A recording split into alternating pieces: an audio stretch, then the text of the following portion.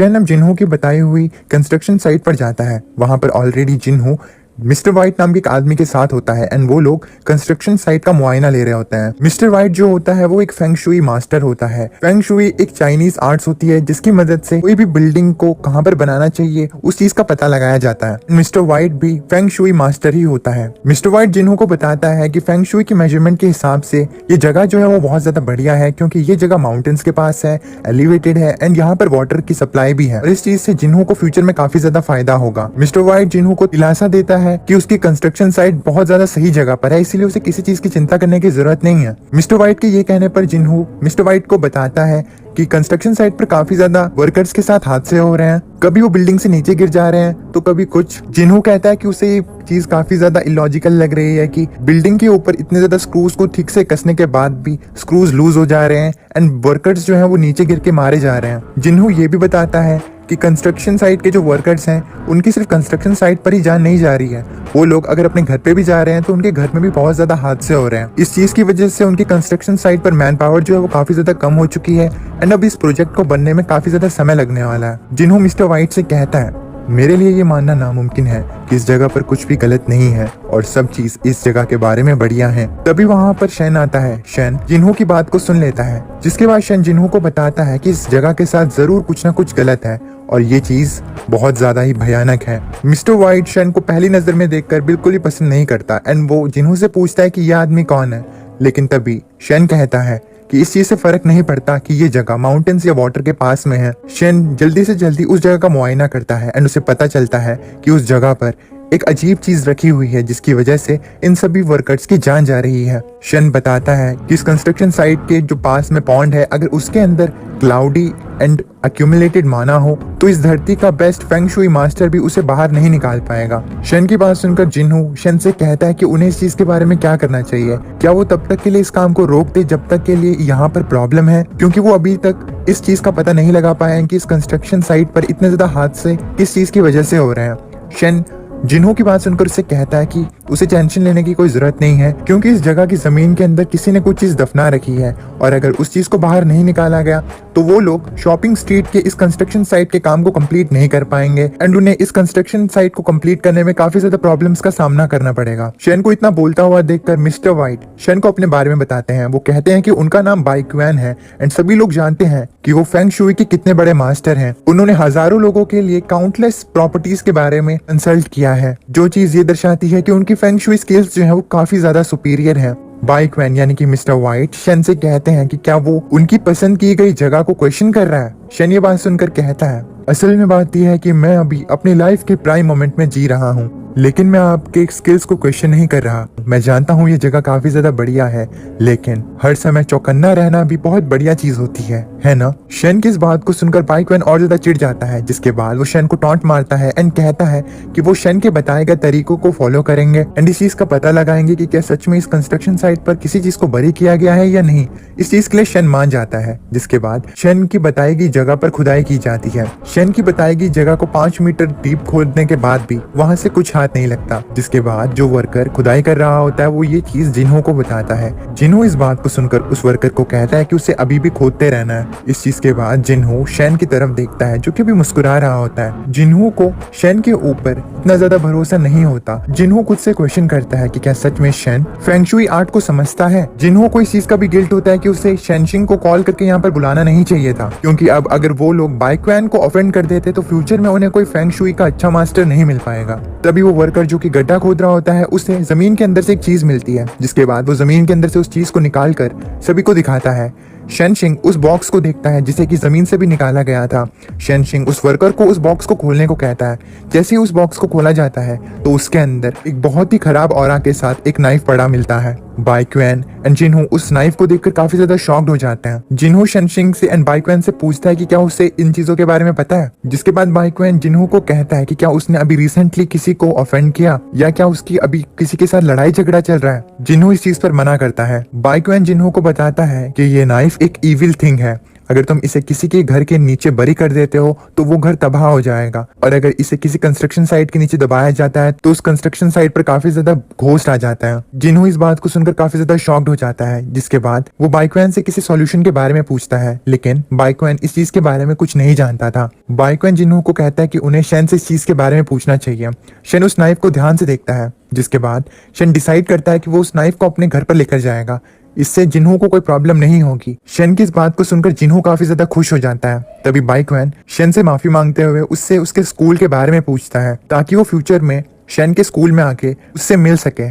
शन इस बात को सुनकर बाइकवैन को बताता है कि वो अभी किसी भी सेक्ट या स्कूल के अंदर नहीं है, वो सिर्फ अपनी एबिलिटीज के बदौलत ये सब चीजें करता है, और अगर कभी उसे किसी चीज की जरूरत हुई तो वो बाइकवैन से फ्यूचर में जरूर पूछेगा। शन की इस बात को सुनकर बाइकवैन को लगता है कि शन जो है वो काफी ज्यादा अजीब है, लेकिन आज से पहले बाइकवैन ने शन जैसे किसी यंग स्किलफुल आदमी को नहीं देखा था, इसीलिए वो शन से काफी ज्यादा इम्प्रेस्ड रहता है। शन अब अपने विला पर वापिस पहुंचता है, जिसके बाद शन उस बॉक्स की तरफ देखता है। शन को उस बॉक्स को देखकर एंड उसके ऑरा को सेंस करके एक चीज याद आती है कि उसका ऑरा एंड जो ऑरा शन को मिस्टर सू की बॉडी से फील हुआ था वो काफी ज्यादा सिमिलर है, और इस चीज से ये चीज पता चलती है कि सू फैमिली को कोई टारगेट कर रहा है। शन अब उस बॉक्स के अंदर से उस नाइफ को बाहर निकालता है एंड उसे तोड़ देता है। शन को सू फैमिली की भी चिंता होती है। अब क्योंकि कल बिजनेस मीटिंग होने वाली थी तो शन सोचता है कि वो बिजनेस मीटिंग में ही उस आदमी को पकड़ लेगा जो कि ये सब कर रहा है। नेक्स्ट डे बिजनेस मीटिंग होती है एंड बहुत ज्यादा इस चीज को अपने अपने न्यूज चैनल्स पर टेलीकास्ट कर रहे होते हैं। इस बिजनेस मीटिंग में लिन क्विंगशिंग एंड यांगिन भी आए होते हैं, तो रिपोर्टर्स उनके पास जाते हैं एंड उनसे इस होने वाली बिजनेस मीटिंग के बारे में क्वेश्चन करते हैं। अब तभी वहां पर शन आ जाता है। शन को देखते ही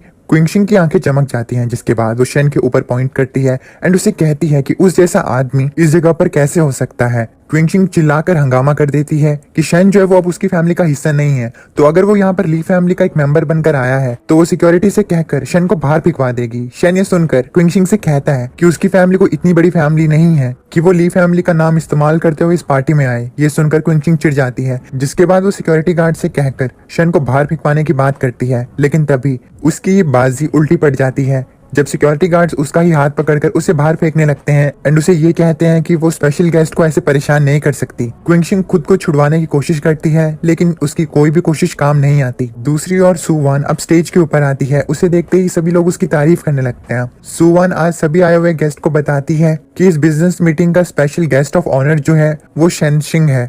अगर किसी को इस चीज से प्रॉब्लम है तो वो लोग यहाँ से जा सकते हैं। इस बात को सुनकर यांगिन थोड़ा शॉक हो जाता है। यांगिन को अब समझ में आता है कि शन जो है उसका जरूर सू फैमिली से कोई स्पेशल रिलेशन है। सुवान अब शन को स्टेज पर बुलाती है एंड सभी को शन से इंट्रोड्यूस करवाती है। सभी लोग शन को देखकर काफी ज्यादा शॉक्ड होते हैं एंड उन्हें यकीन नहीं हो रहा होता कि शन जैसा आदमी गेस्ट ऑफ ऑनर है। शन उन सभी लोगों को ऐसा भौचक्का देकर कुछ नहीं कह पाता, लेकिन तभी वहां पर एक और आदमी आता है जो कि शन को मोटिवेट करता है एंड उसे सभी लोगों के सामने कुछ कहने को कहता है। शन अब सुवान से माइक लेता है एंड सभी को कहता है कि वो ये चीज जानता है कि वो अभी सुवान के एसोसिएशन के लिए अच्छा नहीं है, लेकिन वो बाद में चलकर अभी से बेटर जरूर होगा और सभी को यहाँ पर इम्प्रेस करेगा। शन ये सब इतने ज्यादा करिज्मेटिक तरीके से कहता है कि वहां पर आए हुए सभी लोग उससे काफी ज्यादा इम्प्रेस हो जाते हैं एंड उसके लिए तालियां बजाने लगते हैं एंड उसे चीयर करने लगते हैं। शन सुवान से कहता है कि उसने उसे पहले नहीं बताया था कि उसे यहाँ पर आकर एक स्पीच देनी होगी।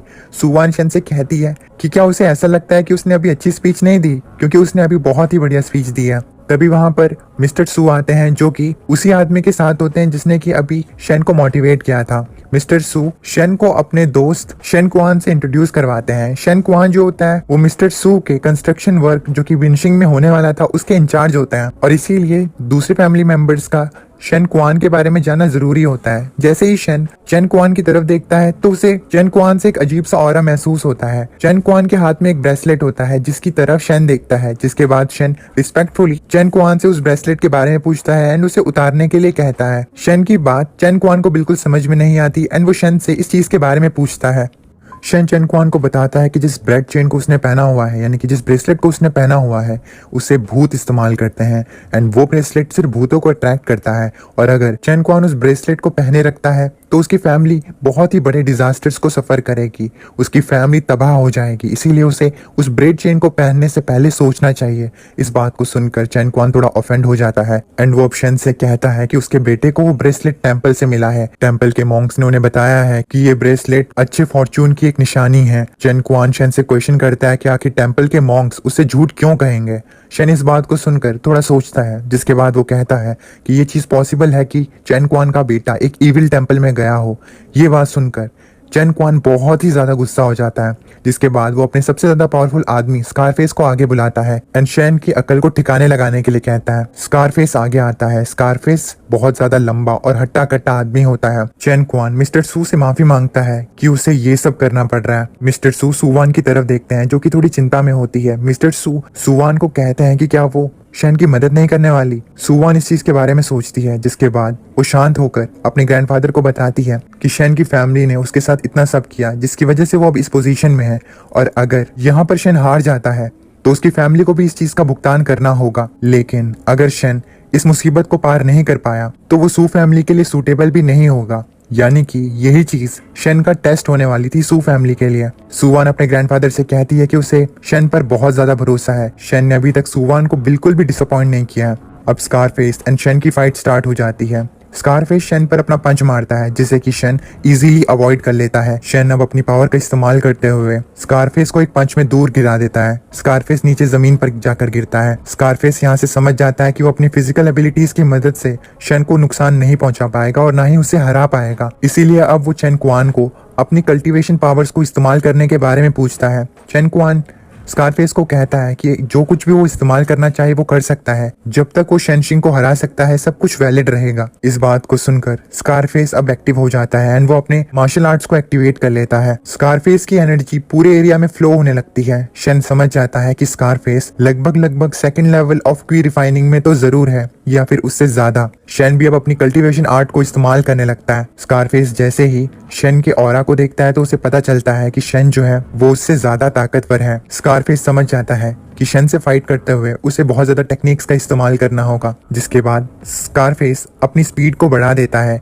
एंड अचानक से वो शन के सामने से गायब हो जाता है। शन स्कारफेस को इधर उधर देखता है, तभी पीछे से स्कारफेस आकर शन पर एक पंच मारने की कोशिश करता है, लेकिन टाइमली शन इस चीज को देख लेता है। स्कारफेस के पंच के ज्यादातर पावर को डिफ्लेक्ट कर देता है। हालांकि इस चीज का इम्पैक्ट शेनशिंग को नीचे जमीन पर घुटने टेकने पर मजबूर कर देता है। अब स्कारफेस शन से कहता है, ये तो बस शुरुआत है। स्कारफेस अब एक बहुत बड़ी जंप मारता है एंड अपनी किक का इस्तेमाल करते हुए शन को चोट पहुंचाने की कोशिश करता है, जिसके बाद उस जगह पर एक बहुत बड़ा धमाका होता है। सुवान एंड मिस्टर सू ये देखकर शांत हो जाते हैं। उन्हें शन की काफी ज्यादा चिंता होने लगती है। कुछ समय बाद धुएं के अंदर से स्कारफेस बाहर आता है एंड सभी को कहता है कि सू फैमिली का फेवरेट उसके सामने कुछ भी नहीं कर पाया। तभी अचानक से धुएं के अंदर से एक हाथ आता है जो कि स्कारफेस के हाथ को पकड़ता है। वो शेनशिंग होता है। शन स्कारफेस से कहता है, ओह ऐसी बात है क्या। इतना कहकर शन स्कारफेस के दोनों हाथों को मोड़ देता है एंड उसे आसमान की सैर पर भेज देता है। स्कारफेस 10 से 15 फुट ऊपर जाता है, जिसके बाद वो नीचे जाकर जमीन पर गिरता है। शन स्कारफेस के पास आता है, उसके हाथ को ऊपर उठाता है एंड कहता है, देखो मैं जीत गया। स्कारफेस अपनी हार को स्वीकार कर लेता है। मिस्टर सू एंड सुवान ये देखकर काफी ज्यादा खुश होते हैं। स्कारफेस की इस डिफीट को देखकर चेन क्वान कुछ नहीं कहता, जिसके बाद चेन क्वान शन के पास जाता है एंड उससे कहता है, मुझे मानना पड़ेगा कि तुम बहुत ज्यादा स्किलफुल हो, लेकिन मैं ये चीज अभी भी दावे के साथ कह सकता हूँ कि इस ब्रेसलेट के साथ कोई भी प्रॉब्लम नहीं है। शन इस बात को सुनकर कहता है कि मानो या ना मानो उसे बाद में दिक्कतों का सामना जरूर करना पड़ेगा। शन की इस बात को सुनकर चेन क्वान शन से कहता है, अगर ऐसी बात है तो क्यों ना हम शर्त लगाएं, अगर आज से 3 दिन तक चेन क्वान की फैमिली के साथ कुछ भी नहीं हुआ तो शन को सभी लोगों के सामने चेन क्वान से माफी मांगनी पड़ेगी। शन ये बात सुनकर कहता है, अच्छा लेकिन अगर तुम हार गए तो क्या। चेन क्वान गुस्से के साथ कहता है कि अगर वो हार गया तो वो सभी के सामने शन से माफी मांगेगा, जिसके बाद शन इस शर्त के लिए मान जाता है। हालांकि इन लोगों को इस चीज का अंदाजा नहीं होता कि दीवारों के भी कान होते हैं। इन लोगों की सभी बातों को झाड़ियों के पीछे से 2 लोग सुन रहे होते हैं। उन दोनों लोगों में से एक आदमी थोड़ा चिंता में होता है। वो सोचता है कि उन्हें शेनशिंग को ऐसे ही नहीं खुला छोड़ना चाहिए, जिसके बाद उसका सुपीरियर उसे समझाता है कि शन जो है वो अभी 3rd लेवल ऑफ क्वी रिफाइनिंग स्टेज में है, इसीलिए उन्हें शन से डरने की कोई जरूरत नहीं है। अभी के लिए उन्हें सिर्फ चेन क्वान को ही सबक सिखाना है। अब इसी सेम डे पर रात को सभी लोग जब पार्टी कर रहे होते हैं तो वहां पर एक फीमेल आती है जो कि ली फैमिली से होती है। उस फीमेल के हाथ में एक बॉक्स होता है जिसे कि एल्डर ली यानी कि मिस्टर ली ने शन के लिए भेजा होता है। शन उस बॉक्स को देखकर उस लेडी से पूछता है कि मिस्टर ली यहाँ पर क्यों नहीं आए, तो वो बताती है कि उसके ग्रैंडफादर की हालत अभी भी ठीक नहीं हुई है और ना ही वो ली फैमिली को और उसको परेशान करना चाहती थी, इसीलिए उसने इस चीज के बारे में आगे कुछ भी नहीं कहा। उस लेडी की बात सुनकर शन उससे कहता है कि ठीक है वो घर जा सकती है, जिसके बाद वो लेडी अपने घर चली जाती है। शन उस बॉक्स को ध्यान से देखता है, तभी वहां पर सुवान भी आ जाती है जो कि उस बॉक्स के बारे में पूछती है। शन बताता है कि उसे नहीं पता कि उस बॉक्स के अंदर क्या है, बस उसे ये पता है कि उस लेडी ने कहा था कि एल्डर लिन ने उस बॉक्स को शन को देने के लिए उसे कहा था। शन उस बॉक्स को खोलता है जिसके अंदर 3 चीजें रखी होती हैं, जिसमें कि एक लेटर होता है जो कि शन के पापा ने शन के लिए लिखा होता है। शन उस लेटर को देखकर उसे उठाने ही जा रहा होता है कि तभी सुवान उसे रोक लेती है एंड उसे कहती है कि उसे भी लेटर को यहाँ पर ओपन नहीं करना चाहिए क्योंकि वहां पर काफी ज्यादा भीड़ है। सुवान शन को अपने साथ चलने के लिए कहती है, जिसके बाद सुवान शन को एक सीक्रेट कमरे में लेके जाती है जो कि उनकी फैमिली का सेफ हाउस होता है। सुवान को कभी कभी सीरियस देख के शन भी थोड़ा नर्वस हो जाता है।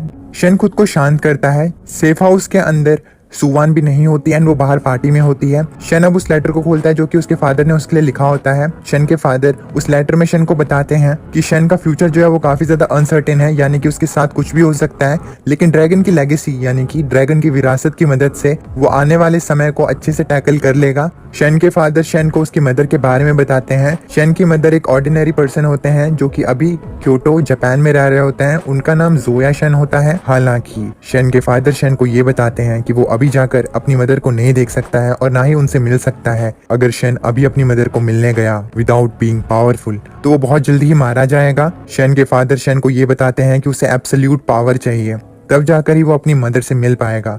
इस चीज को पढ़ने के बाद शन सोचता है एब्सोल्यूट पावर, लेकिन उसे किस हद तक पावर चाहिए। शन थोड़ा सा सोचता है, जिसके बाद वो खुद से कहता है कि ये दुनिया जितनी सिंपल लगती है उतनी सिंपल नहीं है। शन अब उस सेफ हाउस से बाहर आता है पार्टी में, जिसके बाद वो वाइन का ग्लास लेता है एंड सुवान के पास जाता है। सुवान शन को देखकर उससे पूछती है कि लेटर के अंदर क्या लिखा था, जिसका रिस्पॉन्स शन नहीं करता। शन को सीरियस देखकर सुवान भी उसे कुछ नहीं कहती। तभी वहां पर चैन क्वान का बॉडीगार्ड आता है दौड़ते हुए एंड वो सभी को बताता है कि चैन क्वान की फैमिली खतरे में है। चैन क्वान की वाइफ जो है वो बहुत ज्यादा ही अजीब रिएक्ट कर रही है। उस बॉडीगार्ड की इस बात को सुनकर मिस्टर सू उस बॉडीगार्ड से पूछते हैं चैन क्वान की फैमिली घर गई थी तो इतनी जल्दी क्या हो गया। वो बॉडीगार्ड बताता है कि मिसेस चैन जैसे ही घर पहुंची तो वो अचानक से पागल हो गई और उन्होंने किचन से एक नाइफ को उठाकर सब पर हमला करना शुरू कर दिया और किसी तरह से वो बॉडीगार्ड अपनी जान बचाकर बाहर भागा एंड वो दूसरों से तब से मदद की पुकार लगा रहा है। वो बॉडीगार्ड मिस्टर सू से कहता है कि अगर उन्होंने उसकी मदद नहीं की तो चैन क्वान फैमिली मारी जाएगी। ये चीज सुनकर मिस्टर सू आए हुए सभी गेस्ट से पूछते हैं कि चैन क्वान की मदद कौन करने वाला है। सभी लोग इस चीज के बारे में सोचने लगते हैं। उन्हें पता होता है कि वो तो नॉर्मल लोग हैं एंड वो इस चीज में क्या ही कर सकते हैं। सभी लोग उस बॉडीगार्ड को एक फेंग शुई मास्टर को हायर करने के बारे में कहते हैं, लेकिन तभी शन मिस्टर सू से कहता है कि वो जाकर चैन क्वान की मदद करेगा। दूसरे आए हुए गेस्ट शन की बात को सुनकर उससे कहते हैं कि वो आखिर इस चीज में क्या कर सकता है। शन उनसे कहता है कि अगर वो कुछ नहीं भी कर पाया तो वो कम से कम वहां पर जाकर सिचुएशन देखकर तो आ ही सकता है कि आखिर कितनी ज्यादा बुरी सिचुएशन है। शन ये भी कहता है कि उसने पहले ही चैन क्वान को उस ब्रेसलेट के बारे में वार्न किया था, तो इसीलिए उसका जाना तो बनता ही है। तभी सुवान शन को अपनी तरफ खींचती है एंड उसकी तरफ देखते हुए उसे संभल के रहने को कहती है।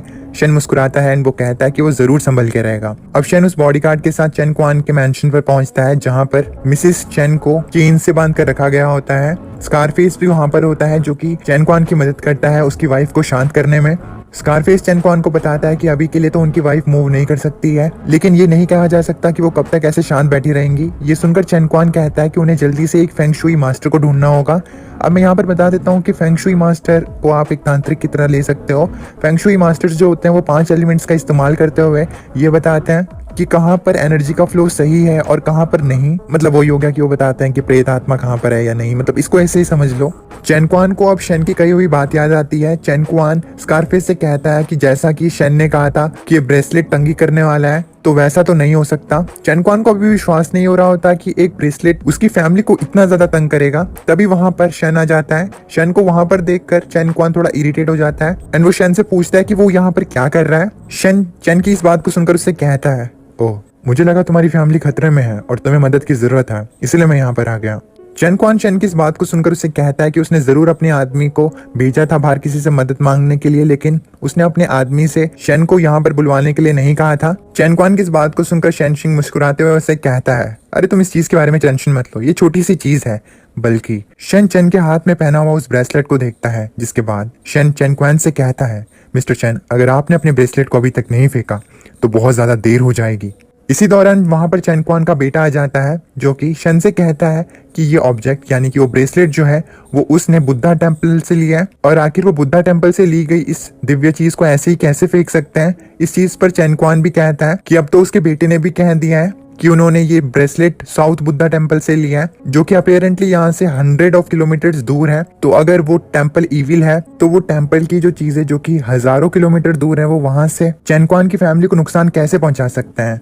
शेन चेन कुआन की बेटे की बात सुनता है, जिसके बाद वो उससे कहता है कि उसे सच बताना होगा क्योंकि वो यहाँ पर तो झूठ कह रहा है। चेन कुआन का बेटा ये बात सुनकर काफी ज्यादा डर जाता है, लेकिन वो अभी भी अपने झूठ को छुपाए रखता है। अब क्योंकि बाप तो नहीं मान रहा होता और बेटा झूठ कह रहा होता है तो शेन भी अब हार मान लेता है। वो कहता है कि ठीक है। अब क्योंकि चेन कुआन भी शेन की बात नहीं मान रहा है तो शेन का वहां पर रुके रहना सिर्फ एक वेस्ट है। लेकिन जाने से पहले शेन एक चीज कहकर जाता है कि अगर अब इसके बाद चेन कुआन शेन से मदद मांगता है तो शेन उसकी मदद नहीं करेगा। अब शेन चेन कुआन को कहता है कि वो इस चीज को मानता है तो शेन यहाँ से चला जाएगा। चेन कुआन शेन की बात नहीं सुनता है। वो उसे कहता है कि उसे शेन की मदद की जरूरत नहीं है, जिसके बाद चेन कुआन शेन को अपने घर से जाने के लिए कहता है। लेकिन इसी दौरान वहां पर मिस्टर व्हाइट बाई क्वैन आ जाता है। उसे वहां पर देखकर चेन कुआन उसे ग्रीट करता है। जैसे ही मिस्टर व्हाइट की नजर शेन पर पड़ती है तो वो शेन को ग्रीट करता है एंड शेन से पूछता है कि क्या यहाँ पर सिचुएशन ठीक है, क्योंकि अगर शेन भी यहाँ की सिचुएशन ठीक नहीं कर सकता तो बाई क्वैन तो क्या ही करेगा। शेन मिस्टर व्हाइट को बताता है कि उसने अभी तक यहाँ की सिचुएशन को नहीं देखा है, प्लस इस घर के बाप बेटे उसे यहाँ से बाहर निकाल रहे हैं। इस बात को सुनकर बाई क्वैन थोड़ा घबरा जाता है, जिसके बाद वो यहाँ की सिचुएशन को एनालाइज करने की कोशिश करने ही जा रहा होता है कि तभी मिस शेन अपने ऊपर लगी हुई चेन्स को तोड़ देती है एंड काफी ज्यादा वाइल्ड हो जाती है। चेन कुआन की वाइफ को देखकर मिस्टर व्हाइट चेन कुआन को बताते हैं कि उसकी वाइफ को किसी ने पोजेस कर लिया है और वो अपनी पावर्स की मदद से उसकी वाइफ को ठीक नहीं कर सकता है। इस बात को सुनकर चेन कुआन गुस्सा हो जाता है एंड वो मिस्टर व्हाइट को धमकाने लगता है कि अगर मिस्टर व्हाइट ने यहाँ पर कुछ नहीं किया तो वो उसे नहीं छोड़ेगा। चेन कुआन का बेटा काफी ज्यादा घबरा जाता है, जिसके बाद वो वहां से पीछे हट जाता है। शेन मिसेस चेन की तरफ देखता है, तभी मिस्टर व्हाइट चेन कुआन को शेन से मदद लेने के लिए कहता है क्योंकि शेन ही इस चीज को ठीक कर सकता था। मिस्टर व्हाइट की बात सुनने के बाद चेन कुआन शेन के पास जाता है एंड उसकी वाइफ को ठीक करने के लिए उससे मदद की पुकार लगाता है। लेकिन शेन चेन कुआन को याद दिलाता है कि कैसे उसने उसकी मदद को अभी ठुकरा दिया था, लेकिन फिर भी अगर उसे उसकी मदद चाहिए तो उसे अपने घुटनों पर बैठकर शेन से माफी मांगनी होगी। चेन कुआन इस बात को सुनकर शेन से कहता है कि वो अभी तो ये चीज नहीं कर सकता है, लेकिन वो इस चीज को पैसों से कॉम्पेंसेट कर देगा।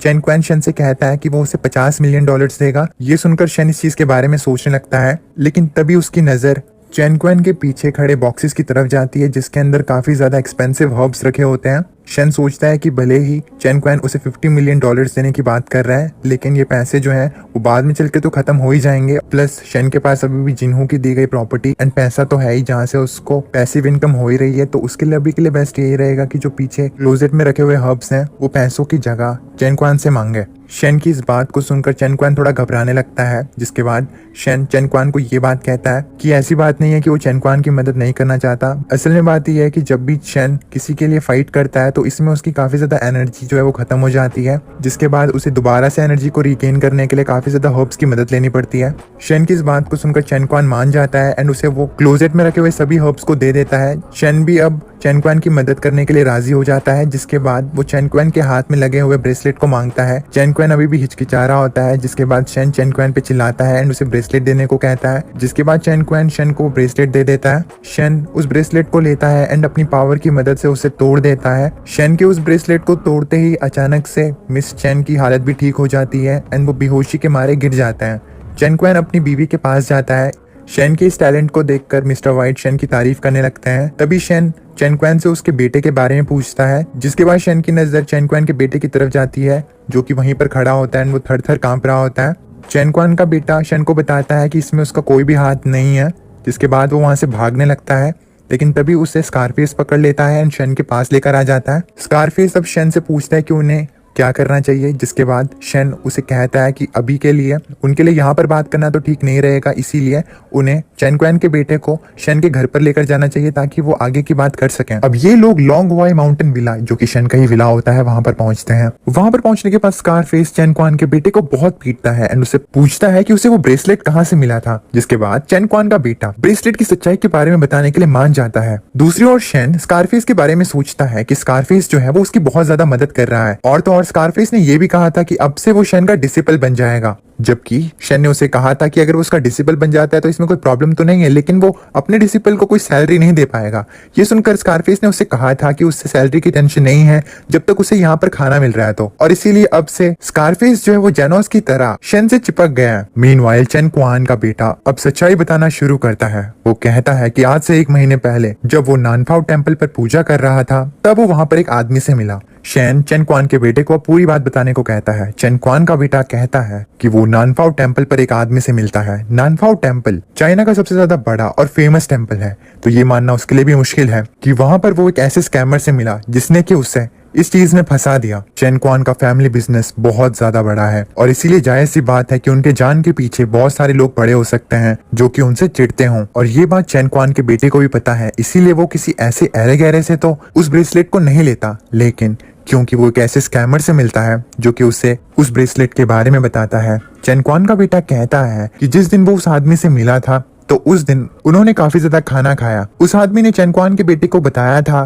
कि उसे वो ब्रेसलेट किसी मास्टर ने दिया है और उसने खुद सेम टू सेम ब्रेसलेट खुद भी पहना हुआ था। उस आदमी ने चेन क्वान के बेटे को बताया कि ये ब्रेसलेट जो है वो तुम्हारे बिजनेस को आगे बढ़ाने में मदद करता है, और वो आदमी इस ब्रेसलेट को चेन क्वान के बेटे को इसीलिए दे रहा है ताकि मास्टर अपने डिसेंडेंट्स के लिए गुड कार्मा बिल्डअप कर सके। लेकिन बाद में चलने के बाद जब चेन क्वान का बेटा उस आदमी से इस चीज के बारे में पूछता है कि आखिर उनका मास्टर कौन है, तो वो आदमी बताता है कि उनका मास्टर जो है वो शुआनमिंग मैंशन में है। शुआनमिंग मैंशन बिन सिटी का one of the largest cultivation sects में से है। हालांकि शुआनमिंग मैंशन में अनऑर्थोडॉक्स कल्टीवेशन प्रैक्टिस की जाती है, इसीलिए जितने भी अमीर लोग हैं वो सभी लोग इस कल्टीवेशन सेक्ट पर बहुत ज्यादा भरोसा करते हैं।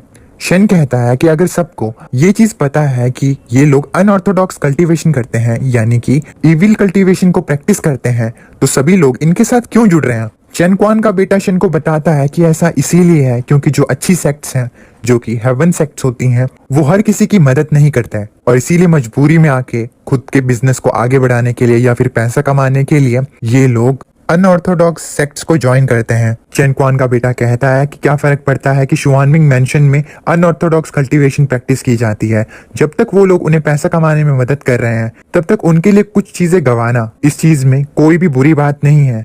चेन क्वान के बेटे को लेकिन ये चीज एक्सपेक्टेड नहीं होती कि उसकी फैमिली की इतनी ज्यादा बुरी हालत हो जाएगी एक अनऑर्थोडॉक्स सेक्ट से मदद लेने की वजह से। शेन इस बात को सुनकर कहता है कि उसे अमीर लोगों के थॉट्स बिल्कुल भी समझ में नहीं आते। इतना कहने के बाद वो स्कारफेस से कहकर चेन क्वान के बेटे को वापस उसके घर पर छोड़ने के लिए कहता है। शेन अब चेन क्वान के बेटे के बताई गई इन्फॉर्मेशन के बारे में सोचता है। शेन कहता है कि शुआनमिंग मैंशन जो है वो एक बहुत बड़ा ट्रैप लगता है जो कि सिर्फ अमीर लोगों को ही अपने फायदे के लिए टारगेट कर रहा है, लेकिन अगर तुम इनके कारनामों को ध्यान से देखो तो तुम्हें पता चलेगा कि ये लोग किसी न किसी तरह से सू फैमिली को फंसाने की कोशिश कर रहे हैं। अगर इस बार शेन चेन क्वान के हाथ में जो ब्रेसलेट था उसके बारे में पता नहीं लगा पाता तो जरूर चेन क्वान की फैमिली के साथ कुछ बुरा होता है एंड इसका इल्जाम साफ साफ सू फैमिली पे लग जाता। शेन को पूरे तरीके से विश्वास होता है कि कोई ना कोई तो सू फैमिली को जरूर टारगेट कर रहा है, क्योंकि कंस्ट्रक्शन साइट पर भी जो नाइफ उसे मिली थी उसका ऑरा भी मिस्टर सू की इलनेस के ऑरा से बिल्कुल सेम है। और अब शेन सोचता है कि उसे शुआनमिंग मैंशन के बारे में पता करना होगा। अब शेन अपनी कल्टीवेशन करना शुरू करता है। उसे अपनी कल्टीवेशन की मदद से शुआनमिंग मैंशन के बारे में पता चलता है। शुआनमिंग मैंशन एक अनऑर्थोडॉक्स सेक्ट होता है जो कि वेनमस क्रीचर्स एंड कर्सेस के लिए जाना जाता है। इस सेक्ट के एल्डर्स एंड सेक्ट लीडर्स जो हैं वो हाई लेवल फाउंडेशन एस्टेब्लिशमेंट के स्टेज पर हैं। ये सेक्ट अपने कल्टीवेशन के लिए दूसरों को धोखा देता है और इनके मेथड भी काफी ज्यादा रूथलेस हैं। ये सेक्ट इतना आगे तक इसीलिए बढ़ पाया क्योंकि इसके गवर्नमेंट के साथ कनेक्शंस हैं। ये गवर्नमेंट लिंक बिजनेसेस को कंट्रोल करते हैं और अभी तक जितने भी खराब चीजें हुई हैं उनके पीछे भी इस सेक्ट का बहुत बड़ा हाथ है। शेन को ये सब जानकारी अपनी कल्टीवेशन की मदद से पता लगती है, जिसके बाद वो सोचता है कि शुआनमिंग मैंशन जो है वो सिर्फ एक टूल है और इसके पीछे बहुत ही बड़ा मास्टरमाइंड छुपा हुआ है और उस मास्टरमाइंड को बाहर निकालने के लिए उसे शुआनमिंग मैंशन को हराना होगा। लेकिन वो अभी ऐसा नहीं कर सकता है क्योंकि शेन के पास अभी इतनी पावर है ही नहीं। तभी शेन को उन हर्ब्स के बारे में याद आता है। शेन के पास अभी के लिए काफी ज्यादा हर्ब्स होती हैं। शेन सोचता है कि इतनी सारी हर्ब्स की मदद से वो आज रात को फाउंडेशन एस्टेब्लिशमेंट स्टेज पे तो जरूर पहुंचेगा, जिसके बाद वो उन हर्ब्स को कंज्यूम करना शुरू करता है एंड कल्टीवेट करता है। नेक्स्ट डे शेन खड़ा होता है। उसकी तबीयत पहले से थोड़ी खराब होती है क्योंकि वो मेडिसिनल हर्ब्स जो होती हैं उनकी क्वालिटी इतनी अच्छी नहीं होती और उन सभी हर्ब्स को कंज्यूम करने के बाद भी वो अपने कल्टीवेशन में सिर्फ 3 लेवल और आगे बढ़ पाता है। शेन अब क्विक कंडेंसेशन स्टेज के 6 लेवल पर होता है। शन अपने रूम के बाहर जाता है जहाँ पर उसे स्कारफेस दिखता है जो कि झाड़ू मार रहा होता है। शन को देखते ही स्कारफेस शन को ग्रीट करता है एंड उसे बताता है कि सू फैमिली ने आज उसे लंच के लिए इनवाइट किया है। ये सुनने के बाद शन स्कारफेस से पूछता है, लेकिन आज उन्होंने मुझे इनविटेशन क्यों भेजा होगा? क्या उन्होंने किसी चीज के बारे में बताया? स्कारफेस इस चीज पर इनकार कर देता है, जिसके बाद शन स्कारफेस से पूछता है कि उसने खाना खाया और वो आज से कहाँ पर सोने वाला है। स्कारफेस कहता है कि वो यार्ड में सो जाएगा, जिसके बाद शन उसे कहता है कि अगर वो यार्ड में सोएगा तो उससे ठंड लग जाएगी। शन स्कारफेस को सजेस्ट करता है कि इस विला के अंदर काफी ज्यादा रूम है, तो वो उन रूम्स में से किसी को पिक कर ले और वहां पर सोए। शन स्कारफेस को इस चीज का भी दिलासा दिलाता है कि वो उसकी मार्शल आर्ट टेक्निक्स को सीखने में मदद करेगा, क्योंकि अभी के लिए उसकी मार्शल आर्ट टेक्निक्स जो है वो काफी ज्यादा रिग्ड है एंड उसकी करंट मार्शल आर्ट टेक्निक जो है उसकी वजह से ही उसके बोन्स एंड मसल पर काफी ज्यादा स्ट्रेन पड़ रहा है। लेकिन शन जल्दी ही स्कारफेस को भी अच्छी मार्शल आर्ट टेक्निक सिखा देगा, जिससे कि उसकी प्रोग्रेस और अच्छे से हो पाएगी। शन की बात सुनकर स्कारफेस खुश हो जाता है, जिसके बाद वो उसे शुक्रिया कहता है। अब शन सू फैमिली के मैंशन पर पहुंचता है, जहां पर पहुंचते ही शन सोचता है कि सू फैमिली ने उसे पहली बार फॉर्मली इनवाइट किया है। इसका मतलब ये होता है कि जरूर कुछ ना कुछ बात तो है। अब जैसे ही शन सू फैमिली के हॉल पर पहुंचता है तो उसे वहां पर एक और आदमी मिलता है जो कि सुवान के बगल में खड़ा होता है। वो आदमी शन को देखकर उसे कहता है, ओह तो तुम हो शन, तुम्हारी अपीयरेंस जो है वो काफी ज्यादा भद्दी है। क्या तुमने ही मिस्टर सू को ठीक किया था? ये मानना काफी ज्यादा मुश्किल है। सच कहूँ तो जब बात बीमारियों को ठीक करने के लिए आती है तब इंसान जो होते हैं वो मेडिसिनल हर्ब्स पर भरोसा करते हैं। अब वो बंदा अपने आदमियों से एक बॉक्स मंगाता है। उस बॉक्स को दिखाते हुए वो सभी को कहता है कि इसके अंदर टियानशान स्नो लोटस है, जो कि उसने स्पेशली किसी को भिजवा कर स्नो माउंटेन से इकट्ठा करवाई है। ये एक ऐसी हर्ब है जो कि लाइफ एक्सपेक्टेंसी को बढ़ाने में और हेल्थ को ठीक करने में काम आती है। वो आदमी इस हर्ब को मिस्टर सू को दिखाता है एंड उन्हें बताता है कि ये हर्ब उनकी बॉडी के लिए काफी ज्यादा बढ़िया है। उस हर्ब को देखकर मिस्टर सू खुश होते हैं। शन जैसे ही उस हर्ब को देखता है तो वो उसे रेडिश कह देता है। शन उस आदमी को ये भी बताता है कि जिस चीज को वो मिस्टर सू के लिए लेकर आया है उसके कंपैरिजन में ये चीज चाय कम पानी है। अपनी लाई गई हर्ब को शन को रेडिश बोलता हुआ देखकर वो आदमी थोड़ा चिढ़ जाता है।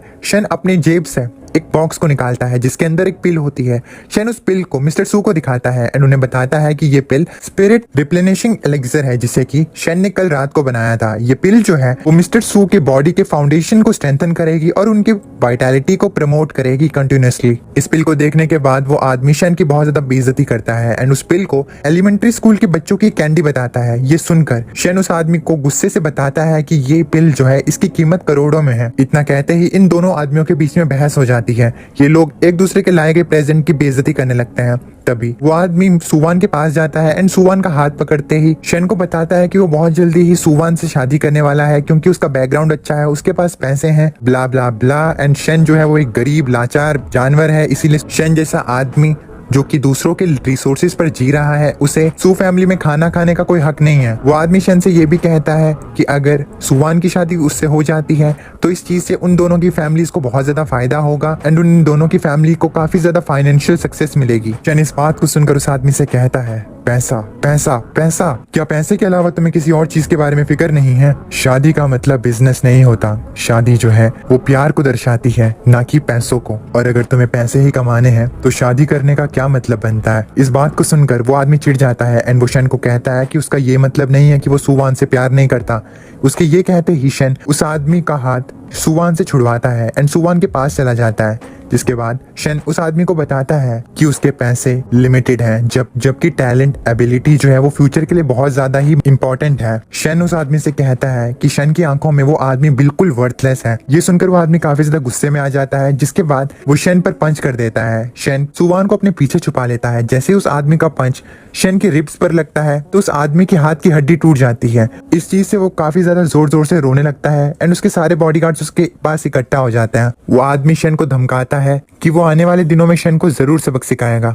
इतना कहकर वो आदमी वहां से चला जाता है। शन ये देखते हुए सुवान एंड मिस्टर सू से कहता है कि वो दोबारा से एक प्रॉब्लम में फंस चुका है, जिस पर मिस्टर सू से बताते हैं कि डी रुईजी जो है वो बहुत बड़ा बिजनेसमैन है बिनचेंग में, और बड़ी बड़ी कंपनी को जो कि इस प्रोविंस की नहीं है उन्हें यहाँ पर सेटल होने के लिए डी रुईजी की मदद लेनी पड़ती है। इसका साफ साफ मतलब ये होता है कि शन जो है वो अभी के लिए एक बहुत बड़ी प्रॉब्लम में फंस चुका है। मिस्टर सू की इस बात को सुनकर शन मिस्टर सू से कहता है कि अभी के लिए उन्हें उसकी प्रॉब्लम्स पर ध्यान नहीं देना चाहिए। शन सुवान की तरफ मुड़ता है एंड सुवान को कहता है कि वो उसे एक बहुत ही ज्यादा जरूरी चीज बताना चाहता है। शन अब बताता है कि उसे रिसेंटली ही जिन्हो की कंस्ट्रक्शन साइट से एक नाइफ मिला था जिसपे कि पावरफुल कर्स लगा हुआ था। वो कर्स एंड चेनक्वान के हाथ पे जो ब्रेसलेट था उसका कर्स बिल्कुल सेम था। हालांकि पहले शन को लगा था कि ये कोइंसिडेंस की बात हो सकती है, लेकिन अब शन ध्यान से सोचने के बाद कहता है इस चीज से फर्क नहीं पड़ता कि जिन्हो की कंस्ट्रक्शन साइट पर जो नाइफ मिला था या फिर चेनक्वान के हाथ में जो ब्रेसलेट था, उन दोनों में सेम कर्स था। एक्चुअली में बात ये है कि ये सब सू फैमिली से रिलेटेड है। कोई सू फैमिली को टारगेट करना चाहता है क्योंकि इन दोनों पार्टीज के लिंक सू फैमिली से थे, इसीलिए किसी ने पहले जिन्हो एंड चेनक्वान को टारगेट किया और अब वो सू फैमिली के लिए आ रहा है। शन कहता है कि जब वो पहली बार मिस्टर सू से मिला था तो उसे मिस्टर सू के बॉडी के अंदर से भी सेम सिमिलर कट्स के साइन मिले थे, लेकिन क्योंकि शन उस समय इतना ज्यादा पावरफुल नहीं था तो वो तभी कुछ नहीं कर पाया था। शन कहता है कि जरूर कोई सू फैमिली को फंसाना चाह रहा है। इस बात को सुनने के बाद सुवान एंड मिस्टर सू एक दूसरे की तरफ देखते हैं एंड हंसने लगते हैं। शन ये देखकर कंफ्यूज हो जाता है एंड उनसे पूछता है कि आखिर क्या हो रहा है। सुवान शन को बताती है कि बिंचिंग में कोई भी उन पर उंगली उठाने की हिम्मत नहीं करेगा। और तो और सुवान को एंड मिस्टर सू को इस चीज के बारे में पता है कि ये सब कौन करवा रहा है। शन इस बात को सुनने के बाद सुवान से पूछता है कि वो भी जानना चाहता है कि ये सब कौन करा रहा है और क्या उसे इस चीज में उसकी मदद चाहिए, जिस पर सुवान मना कर देती है। सुवान शन से कहती है कि जैसे उसके पास पहले पावर्स नहीं थी कुछ करने की, वैसे ही अभी सू फैमिली भी इतनी पावरफुल है कि कोई उन पर अभी हमला नहीं करेगा। और अगर इस सिचुएशन को देखते हुए सू फैमिली कुछ करने जाती भी है तो इसका अंजाम कर्ज से भी ज्यादा बुरा होगा, यानी कि कोई सू फैमिली को पूरा का पूरा ही खत्म कर देगा। शन इस बात को सुनकर कहता है अगर ऐसी बात है तो क्या हम हाथ पर हाथ रख के यहाँ पर बैठे रहेंगे यही जानने के बावजूद भी कि कोई आप लोगों को हार्म करने वाला है। मिस्टर सू शन को बताते हैं कि बिल्कुल भी नहीं, अभी उनके एक्शन लेने का सही टाइम नहीं आया है।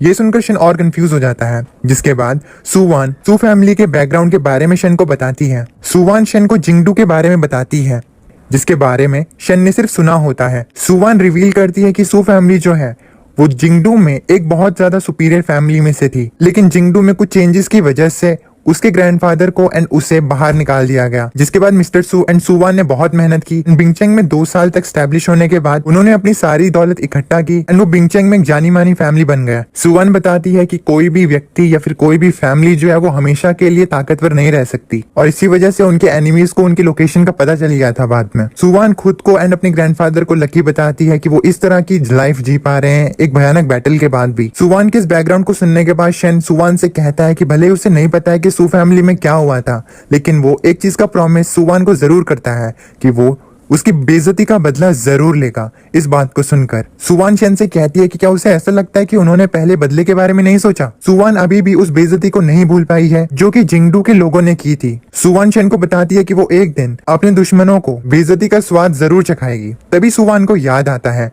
कि शन अभी उनसे पहले एक बड़ी मुसीबत में फंस चुका है क्योंकि उसने डी रुईजी से पंगा लिया है उनके बेटे को बेइज्जत करके। तो डी रुईजी जो है वो इस चीज को सुनने के बाद बहुत ज्यादा गुस्से में आ जाएगा। सुवान शन से कहती है कि सू फैमिली के प्रॉब्लम्स जो है वो बाद में भी सॉल्व हो सकते हैं, लेकिन अभी के लिए शन को डाई फैमिली का सामना करना पड़ेगा। ये सुनने के बाद भी शन कहता है कि वो आज से 3 साल बाद जिंगडू के लोगों से बदला लेकर सुवान को वहाँ पे सबसे ज्यादा ऊंचा स्टेटस दिलाएगा। ये सुनकर सुवान थोड़ी शॉक्ड हो जाती है। शन कहता है कि वो सुवान की मदद करेगा कि वो जिंगडू की पूरी सिटी पर अकेली राज कर सके। शन की बात सुनकर सुवान मुस्कुराती है एंड वो उसे कहती है कि अभी के लिए उसके पास शन के लिए एक टेस्ट है। जिसके बाद सुवान शन को कहती है कि क्या वो डाई फैमिली के साथ प्रॉब्लम्स को खुद ठीक कर पाएगा। शन ये सुनकर कहता है क्यों नहीं। मीनवाइल डाई फैमिली के विला में डाई फैमिली का जो बेटा होता है वो जाता है एंड वो अपने फादर को बताता है कि उसके साथ बहुत ही ज्यादा अपमानजनक चीज हुई है। भाई कसम से कह रहा हूँ मुझे इतना ज्यादा गुस्सा आ रहा है ना इस नाम पे यार, भाई मैं मार दूंगा यार इनके थप्पड़। मैं अब से डाई रुईजी को डाई राव बुलाऊंगा क्योंकि मेरे को ये प्रोनाउंस नहीं हो पा रहा है। लेकिन अभी के लिए तुम ये याद रखो कि डाई रुईजी जो है वो एक बिजनेसमैन है एंड डाई रुईजी का बेटा जो था उसकी बेइज्जती ही शेनशिंग ने की थी एंड अपेरेंटली डाई रुईजी का जो बेटा है वो सुवान को भी पसंद करता है। एनीवेज मैं डाई रुईजी को अब डाई राव करके बुलाऊंगा क्योंकि ये प्रोनाउंस करना मेरे लिए थोड़ा ज्यादा आसान होगा। एनीवेज डाई राव का बेटा जैसे अपने घर पर जाकर अपने फादर डाई राव को बताता है कि सू फैमिली के विला में उसकी बहुत ही ज्यादा बेइज्जती हुई है एंड ये बेइज्जती शेनशिंग ने की है, तो ये बात सुनकर उसके फादर डाई राव काफी ज्यादा गुस्से में आ जाते हैं एंड वो अपने बेटे से कहते हैं कि क्या उससे ये नहीं पता है कि तुम डाई फैमिली से हो। इस चीज पर डाई राव का बेटा कहता है कि वो बहुत ज्यादा घमंडी है। शेन की इस हरकत को सुनने के बाद डाई राव काफी ज्यादा गुस्से में आ जाता है। अब क्योंकि डाई राव के बेटे ने डाई राव को ये बताया था कि सू फैमिली के बिजनेस मीटिंग में उसने ऑलमोस्ट एक बंदे को मार दिया था। तो ये बात सुनने के बाद डायराओ अपने बेटे से कहते हैं कि अगर वो सच में किसी को मार सकता है तो वो तुम्हें सू फैमिली के विला से इतनी ज्यादा आसानी से तो नहीं जाने देता।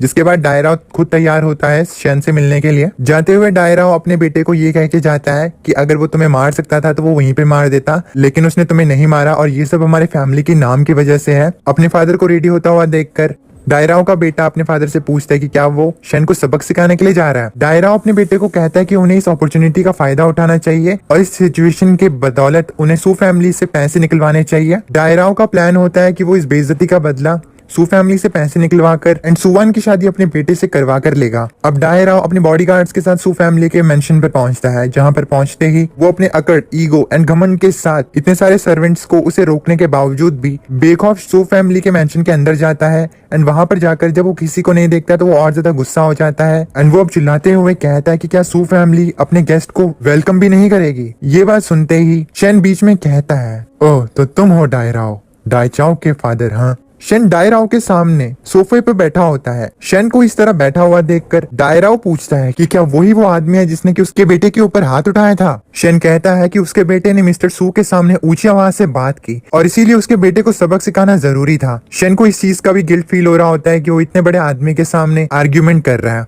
हालांकि शन के रीजन को सुनने के बावजूद भी डायराओ शन से कहता है कि भले ही उसके बेटे ने ऊंची आवाज में बात की हो, लेकिन इसका मतलब ये नहीं होता कि वो उसके बेटे को मारने के लिए क्वालिफाइड हो जाता है। डायराओ ये तक कह देता है कि सू फैमिली और शन उनकी फैमिली के सामने कुछ भी नहीं है। जिसके बाद डायराओ अपनी ढौंस दिखाता है एंड उन्हें बताता है कि डाई फैमिली पिंगशंग में सेंचुरीज से रह रही है और डायराओ का बेटा डाइचाओ जो है उसे तो स्वयं भगवान भी पसंद करते हैं। डायराओ ये भी कहता है कि ये तो सू फैमिली की खुशकिस्मती है कि उसके बेटे को सुवान पसंद आई। ये बात सुनकर शन काफी ज्यादा गुस्से में आ जाता है, लेकिन तभी डायराओ शन को उसके सामने घुटने टेक कर माफी मांगने के लिए कहता है, नहीं तो इसका अंजाम बहुत ही ज्यादा बुरा होगा। ये कहकर शन को धमकाने लगता है। शन को ये बात सुनकर काफी ज्यादा गुस्सा आ जाता है, जिसके बाद वो अपनी जगह से खड़ा हो जाता है एंड डायराओ से कहता है कि वो क्या ही कर लेगा। शन की बात सुनकर डायराओ शन को बताता है कि अगर वो ऐसा नहीं करता है तो डायराओ सुवान एंड शन की हालत इतनी बुरी कर देगा कि सुवान एंड शन दोनों ही लाइफ टाइम के लिए व्हीलचेयर पे बैठ जाएंगे।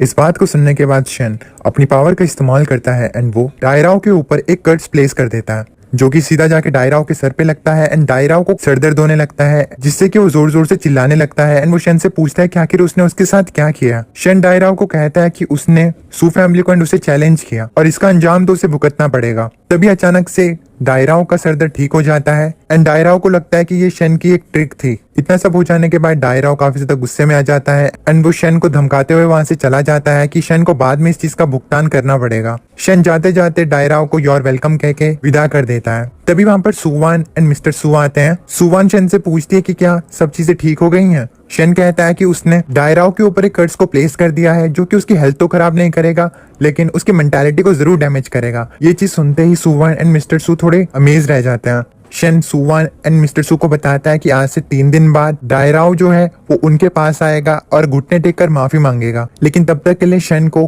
क्विंगचेंग जाना पड़ेगा। सुवान शन से पूछती है कि उसे क्विंगचेंग क्यों जाना है, जिस पर शन सुवान को बताता है कि उसने सुना है कि वहां पर बहुत ही ज्यादा बड़ी हर्बल मार्केट लगती है, तो वो वहां पर जाकर अपनी किस्मत को आजमाना चाहता है। शन इस चीज की पॉसिबिलिटी के बारे में बताता है कि डायराओ जो है वो इस चीज के बाद चुप तो नहीं बैठेगा और इसीलिए अगर वो फ्यूचर में कुछ प्लान करता है तो शन को इस चीज के लिए भी तैयारी करनी होगी, ताकि उसके चक्कर में सू फैमिली को कोई नुकसान ना हो। अब नेक्स्ट डे शन स्कारफेस के साथ बस स्टॉप पर पहुंचता है क्विंगचेंग निकलने के लिए। बस स्टॉप पे पहुंचते ही स्कारफेस शन से पूछता है कि वो लोग एक गाड़ी भी खरीद सकते थे, क्योंकि शन जो है वो काफी ज्यादा अमीर आदमी है एंड उसके लिए बस में ट्रेवल करना उसके स्टेटस के लिए अच्छा नहीं है। ये बात सुनकर शन स्कारफेस को समझाता है कि अगर वो गाड़ी खरीद लेंगे तो काफी ज्यादा पॉल्यूशन होगा एंड स्कारफेस का दिमाग जो है वो ब्रेन वॉश्ड हो चुका है इन अमीर लोगों की चीजों को देखकर। शन की बात सुनकर स्कारफेस कहता है कि शन बिल्कुल सही कह रहा है, जिसके बाद वो दोनों बस में बैठते हैं एंड उन्हें रियलाइज होता है कि बस में बैठना उन जैसे लोगों का काम नहीं है। अब ये लोग अपनी मंजिल क्विंगचेंग पर पहुंचते हैं। क्विंगचेंग पर पहुंचने में ही इन दोनों की हालत काफी ज्यादा खराब हो जाती है। जैसे ये लोग क्विंगचेंग में पहुंचते हैं तभी वहां पर एक फीमेल आती है एंड ये वही फीमेल होती है जो कि शन की पुरानी क्लासमेट होती है एंड इसका नाम गोंगयाओ होता है। शन को वहां पर देखकर गोंगयाओ शन के पास जाती है एंड उसे कहती है कि उसने बिल्कुल नहीं सोचा था कि वो शन को यहाँ पर देखेगी, जिसके बाद ये दोनों एक दूसरे को ग्रीट करते हैं। शन अब गोंगयाओ से कहता है, इत्तेफाक की बात है, मैंने नहीं सोचा था कि तुम यहाँ पर होगी, वैसे तुम यहाँ पर क्या कर रही हो। शन की इस बात को सुनकर गोंग्याओ शन को बताती है कि उसकी कंपनी जो है उसकी हालत काफी ज्यादा खराब हो गई थी, जिसके बाद उसकी कंपनी वालों ने उसको निकाल दिया। ये सुनकर शन काफी ज्यादा शॉक्ड हो जाता है क्योंकि गोंग्याओ जो होती है वो बहुत ही अच्छी एम्प्लॉय होती है एंड उसके लिए ये मानना काफी ज्यादा मुश्किल हो जाता है कि गोंग्याओ जैसी लड़की को भी कोई काम से निकाल सकता है। शन गोंग्याओ से कहता है कि उसका बॉस काफी ज्यादा बेवकूफ होगा जो कि उसने गोंग्याओ जैसे एम्प्लॉय को ही निकाल दिया। गोंग्याओ शन को बताती है कि इसके पीछे भी एक कारण है, जिसके बाद गोंग्याओ बताती है कि जब लास्ट टाइम वो लोग उस होटल में मिले थे जो कि जिन्हो का था, तो वहां पे जो उनके पुराने क्लासमेट के साथ उनकी क्लैश हो गई थी, वही सेम क्लासमेट उनके कंपनी का बाद में चलकर सीईओ बन गया था। और गोंग्याओ को सबक सिखाने के लिए उसने गोंग्याओ के काम में बहुत ज्यादा अड़चने डाली, जैसे कि वो गोंग्याओ का काम बढ़ा देता था एंड गोंग्याओ को काफी ज्यादा मुश्किल काम देता था, जो कि ऑब्वियस ही बात है गोंग्याओ नहीं कंप्लीट कर पाती थी, जिसके बाद उन्होंने गोंग्याओ को काम से निकाल दिया। इस चीज को सुनने के बाद शन काफी ज्यादा गुस्से में आ जाता है एंड वो गोंग्याओ से कहता है क्या उसने अभी तक अपना सबक नहीं सीखा है? लगता है कि उस कमीने को दोबारा से सबक देने का समय आ गया है। ये बात सुनकर स्कारफेस भी लड़ने की पूरी तैयारी कर लेता है। उन दोनों को इतना ज्यादा गुस्से में देखकर गोंग्याओ उन्हें समझाती है कि इस चीज की कोई जरूरत नहीं है, क्योंकि वो वैसे भी अपनी पुरानी कंपनी में काम नहीं करना चाहती थी।